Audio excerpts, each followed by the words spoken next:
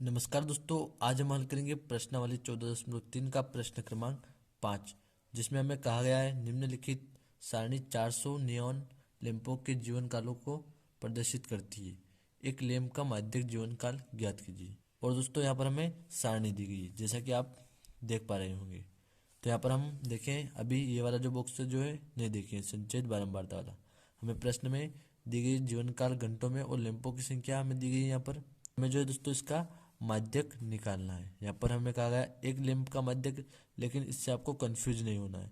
हमें इन सभी का जो है माध्यक ही निकालना है, अगर एक लैंप का कहे आपको या सभी लैंपों का कहे।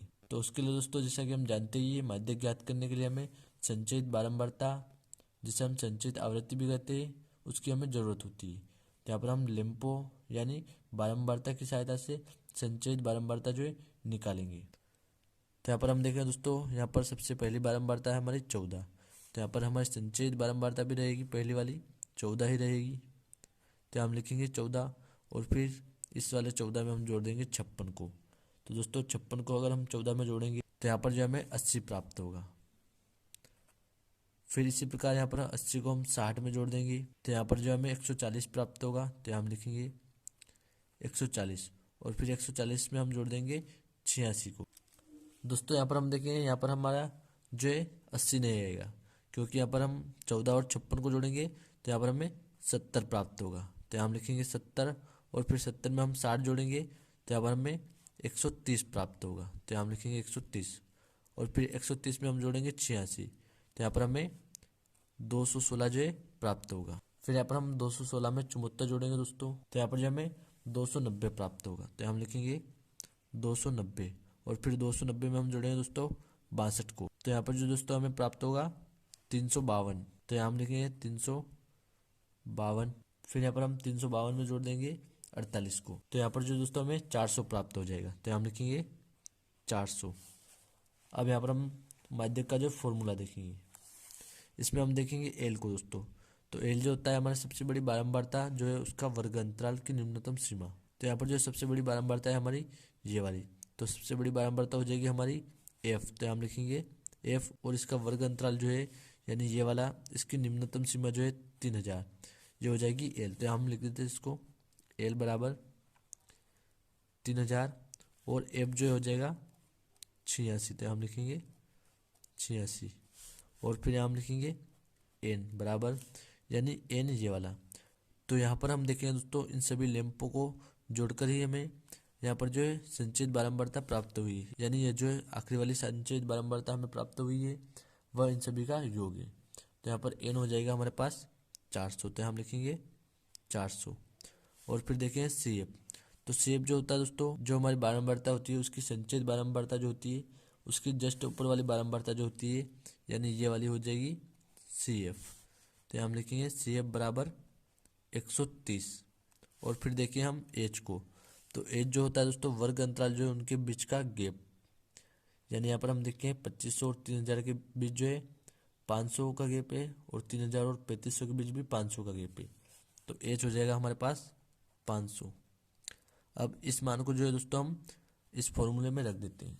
तो यहाँ पर जो दोस्तों हमने इन सभी मान को इस फॉर्मूले में रख दिया है। अब इसको हम आगे हल करते हैं। तो यहाँ हम लिखेंगे एम बराबर 3000 प्लस ब्रैकेट के अंदर यहाँ पर दोस्तों हम 2 से 400 को काटेंगे तो हमें यहाँ पर 200 प्राप्त होगा, और फिर इसमें से हम माइनस कर देंगे 130 को। तो यहाँ हम लिखेंगे 130, और इसके बटे में 86 को हम जो का त्यों लिखेंगे, और फिर गुणे में लिखेंगे दोस्तों हम 500 को जो का त्यों, और फिर यहाँ हम लिखेंगे एम बराबर 3000 प्लस ब्रैकेट के अंदर देखेंगे दोस्तों, यहाँ पर हम 200 में से माइनस करेंगे 130 को। तो यहाँ पर जो हमें 70 प्राप्त होगा। तो हम लिखेंगे 70, और बट्टे में 86, और फिर इसके गुणे में हम लिखेंगे 500। फिर यहाँ हम लिखेंगे एम बराबर 3000 प्लस, यहाँ पर देखेंगे दोस्तों हम 500 का गुणा करेंगे 70 में। तो यहाँ पर हमें प्राप्त होगा दोस्तों 70 की 0, और फिर 70 की 0, और 70 का गुणा हम 5 में करेंगे तो यहाँ पर जो हमें 350 प्राप्त होगा। तो हम लिखेंगे 350, और इसके बटे में 86 को हम जो का त्यों लिख देते। और यहाँ पर हम देखें इसके बटे में कुछ नहीं है, तो यहाँ पर हम 1 लिख देंगे और इनका हम त्रिगुणा कर देंगे। अब दोस्तों यहाँ पर हम 86 का गुणा 3 में करेंगे, तो यहाँ पर हमें 258 प्राप्त होगा। तो हम लिखेंगे 258 और पीछे 3 जीरो हम लगा देंगे। ठीक है दोस्तों, यहाँ पर हम 3 जीरो लगा देंगे और प्लस में हम लिखेंगे 35,000, इसको हम जो का त्यों लगा देंगे। ठीक है, अब इसके बटे में हम लिखेंगे 86 को जो का त्यों, और यहाँ हम लिखेंगे दोस्तों एम बराबर, यहाँ पर हम दोस्तों 2,58,000 और 35,000 को जो है जोड़ देंगे।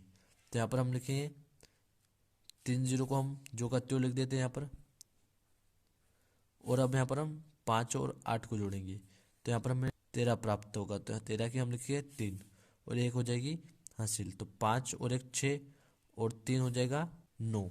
तो यहाँ हम लिखेंगे 9 और 2 को हम लिख दें जो का त्यों, और इसके बट्टे में 86 को हम लिखेंगे। अब यहाँ पर हम इसको 2 से काट सकते हैं, तो यहाँ पर हम इसे 2 से काटेंगे। तो यहाँ पर हम इसे काटेंगे 2 से, तो हमें प्राप्त होगा 2 एकम 2 और 2 चौकी 8 और बचेगा 1, तो हो जाएगा 13। 2 छंग 12 और 1 बचेगा फिर, तो यहाँ पर हो जाएगा 10। तो 2 पंजे 10 और फिर 2 जीरो को हम जो का त्यों लगा देंगे यहाँ पर। फिर 2 से हम 86 को काटेंगे, तो यहाँ पर 2 चौक होता है 8 और 2 तिया 6। अब यहाँ पर दोस्तों हम इसे 2 से नहीं काट सकते और 3 से भी नहीं काट सकते, अब हम इसे केवल 43 से ही काट सकते हैं ऊपर वाली संख्या को। तो यहाँ पर हम नीचे लिखेंगे दोस्तों एम बराबर, यहाँ पर दोस्तों अगर हम 43 से 1,46,500 को काटेंगे, तो हमें यहाँ पर 3,406.98 जो है प्राप्त होगा। तो हम लिखेंगे 3,406.98। यह जो दोस्तों हमने पहले से हल कर रखा था, ताकि वीडियो जो है लंबी चौड़ी ना हो। आप इसे एक बार रफ में जरूर हल कीजिएगा, ताकि आपको एग्जाम में हल करने में दिक्कत ना हो। तो ये जो दोस्तों हमारा माध्यक रहेगा। तो उम्मीद करता हूँ दोस्तों आपको सवाल अच्छे से समझ में आ गया होगा दोस्तों, कमेंट जरूर कीजिएगा।